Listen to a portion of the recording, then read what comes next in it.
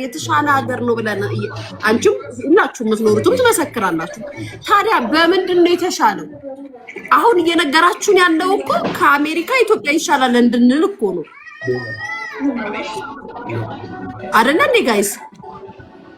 ማለት ክፍያችሁ አሪፍ ካልሆነ የምትፈልጉትን ያ ህይወት ማትኖርበት ከሆነ ከኢትዮጵያ ይሻላል የሚባለው አንቺ አሁን በራስሽ ስታንዳርድ ስለምታዩ ነው።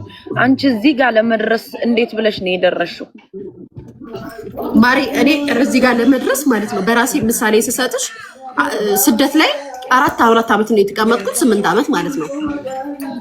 አረብ ሀገር 4 አመት፣ ቱርክ 4 አመት።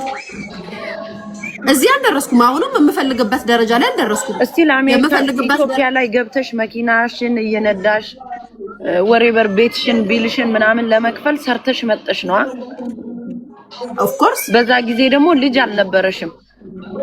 አዎ ሲንግል ለመሆን የትም ቦታ አሪፍ ነው። ሰርተሽ አትሊስት ለመምጣት ኢዚ ነው። ገባሽ? ኢትዮጵያ ደግሞ አሁን አንቺና ሌሎቹ አንድ አይነት አይደለም ያላችሁ ሌቭል። ከአሜሪካ ኢትዮጵያ ይሻላል ለማለት ማለት ነው። ሌላው እኮ የሚበላው የለውም እኮ በራሳችን ካየነውማ አምጉድ እኮ በራሴ ላይፍ እኮ እኔማ ኦኬ ነው የምለው እኮ አንቺን አሁን እኔ በጣም አንደርስታንድ አደርግሻለሁ። ሁለት ልጅ ይዘሽ ነው የምታሳድጊው፣ ብቻሽን ነሽ፣ የሚረዳሽ የለም። ልጆችሽን ለቤተሰቦችሽ ሰተሽ አይደለም፣ የልጆችሽን ኃላፊነት በአጠቃላይ ወስደሽ እየኖርሽ። አሁን አንቺ ያንቺን ህይወት እየኖርሽ አይደለም፣ የልጆችሽን ህይወት ነው እየኖርሽ ያለሽው።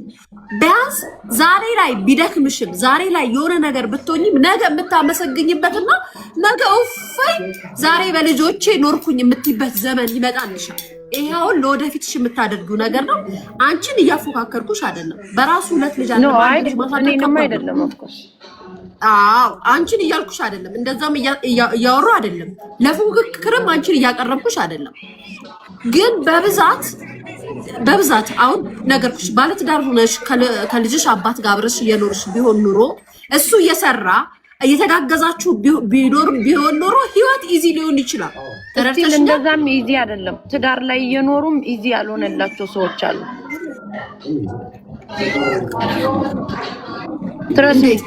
ትዳር ካላቸው ሰዎች እንደውም እኔ በጣም ጽድት ብዬ እኖራለሁ። እመኝኝ እንዴ ሲጀምር ባለትዳር ሆኖ ሲኖሩ ስለማይተዛዘኑ እኮ ነው። ለምሳሌ ባለቤቱ ከማድረግ ውጭ ሚዲያ ላይ ለምሳሌ አማራ ከሆነ ለአማራ ህዝብ አድርግ ቢባል ያስቀመጠውን አውጥቶ ይሰጣል ለቤቱ ከማድረግ ውጭ ሚዲያ ላይ እንድታይለት። ትግሬም ከሆነ እንደዛው ለትግሬ ሲባል ለቤቱ ከማድረግ ውጭ ለዛ ጋር ለሚደረገው በመጀመሪያ ደረጃ ቤትሽን ሳታንበሻብሽ ዘርሽም ብሄርሽም ሃይማኖትሽም አይታይሽም። እኔ ቤቴ ውስጥ ያለው ነገር ሳይሞላ አልደሰትበት እዚህ ጋር አንቺ ላስደስት አልችልም። ደስታም ብልጽግናም ህይወትም ፌሽታም የሚጀምረው ከቤቴ ነው። ቤት ያለውን ነገር አስደስቼ ነው እዛ ጋር ላለው ሰው ማደርገው። ግን ብዙዎቻችሁ የሚጎዳችሁ ያ ነው እውነታው። ለቤተሰቡ ከማድረግ ውጭ ላለው ነው የሚያደርገው፣ እዚህ ጋር ለሚታየው ነው የሚያደርገው። አናቃችሁም እንዴ? ግን አሁን ይኸውልሽ ላንቺ አሁን ኢዚ የመሰለሽ ዶንት ቲንክ በኔጌቲቭ ዌይ እና አሁን አንቺ ሶሻል ሚዲያ ላይ ነው አይደል ሳፖርት ያው ስለሚያረጉሽ ነው አይደል? አትሊስት ጭንቅላትሽን ተጠቅመሻል በሆነ ነገር በምንም ይበሉሽ በምንም ገንዘብ እያገኘሽበት ነው። ግን ኢማጂን ላይክ ሶሻል ሚዲያ ላይ ባልገባ ኢትዮጵያ ምንድነው መሆን ብለሽ ታስቢ ነበር? ላይክ ምን አይነት ነገር ትሰሪያለሽ? ኢዚ ዌይ። አመሰግናለሁ በጣም ይሄ ጥያቄ ማሚዬ ኢዚ የሆነ ነገር አመሰግናለሁ። እኔማ ልንገርሽ እግዚአብሔር ምስክሬ ነው። በመጀመሪያ ደረጃ እኔ ሁልጊዜ እላለሁ አልዋሽም፣ እኔ ኢትዮጵያ ለመኖር አቅምና ብቃትም ችሎታውም የለኝም ብዬ ሁልጊዜ ሳወራ ሰዎች በቀልድ ነው የሚያዩት።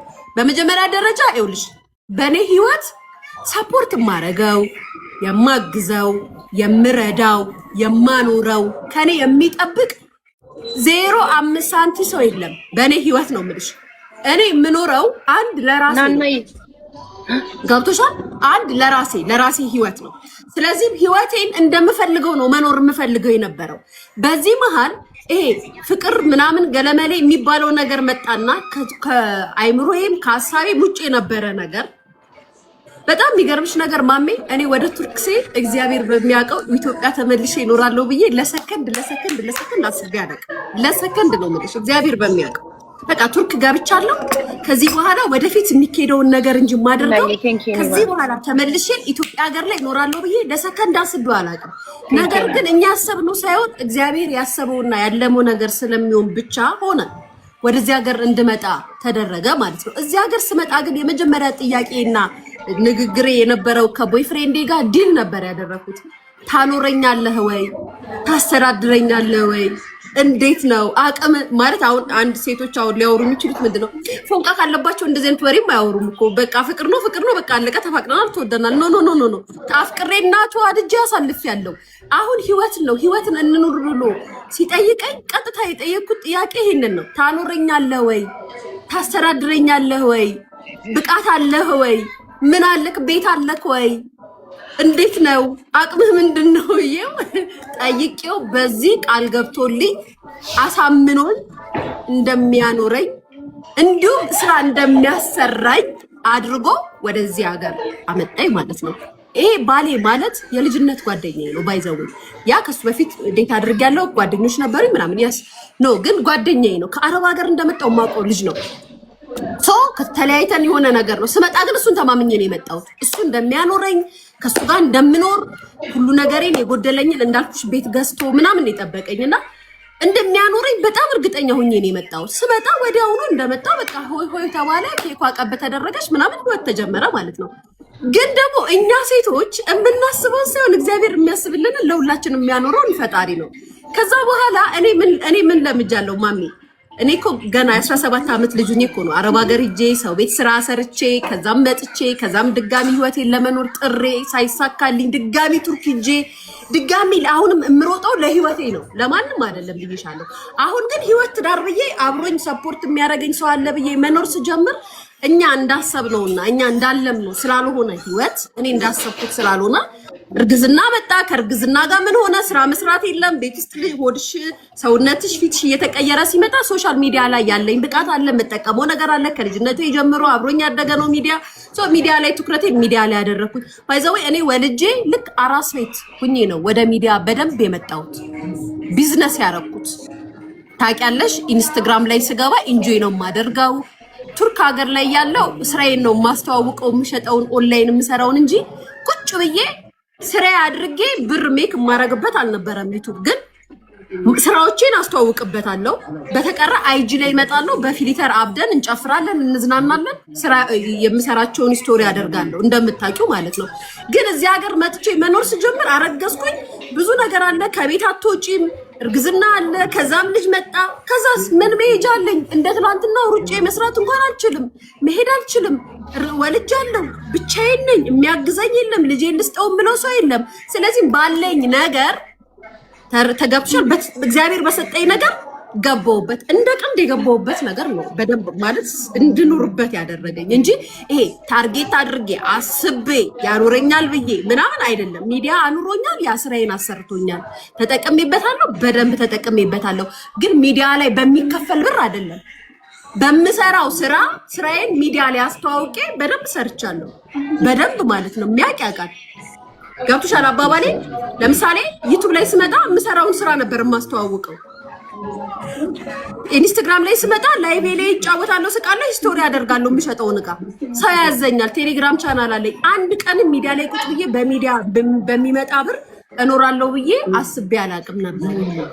ግን ስራዬን ሰራበታለሁ ነበር የምለው። የልጅ እናት ስሆን ህይወት እንዳሰብሽው ሳይሆን ሲቀርና መኖር ስትጀምሪ ከህይወት ጋር ትጋፈጫለሽ አይደለ? አንደኛ ነገር አሁን እንዳልኩሽ በፊት ለብቻዬ ነው የምኖረው፣ ስለራሴ ነው የማስበው፣ ስለማንም አላስብም። አሁን ግን ስለ ልጅ አስባለሁ። ለልጄ እኔ በኖርኩበት መኖር የለባትም። ለልጄ የሚደረጉትን ነገሮች ሁሉ አድርጌ ልጄን ግን የምትፈልገውን ነገር አሙልቼ መኖር አለብኝ ብዬ መኖር ጀመርኩ ማለት ነው። ታስቦበት የመጣ አይደለም ሚዲያ። ይሄው ሰው ሚዲያ እንደዚህ ምናምን አይደለም። እኔ በስራ የምኖር ልጅ ነኝ፣ ሰርቼ የኖርኩ ልጅ ነኝ፣ በጉልበቴ የምተማመን ልጅ ነኝ። ሚዲያን ደግሞ ለቢዝነስ ቀይሬው እንጂ ለመለመን የመጣው ሴት አይደለም። በሚዲያ የሚያውቁኝ ሰዎች ማለት ነው። ለማታውቁኝ ያው የምታውቁኝ አሁን ስለሆነ ሊሆን ይችላል።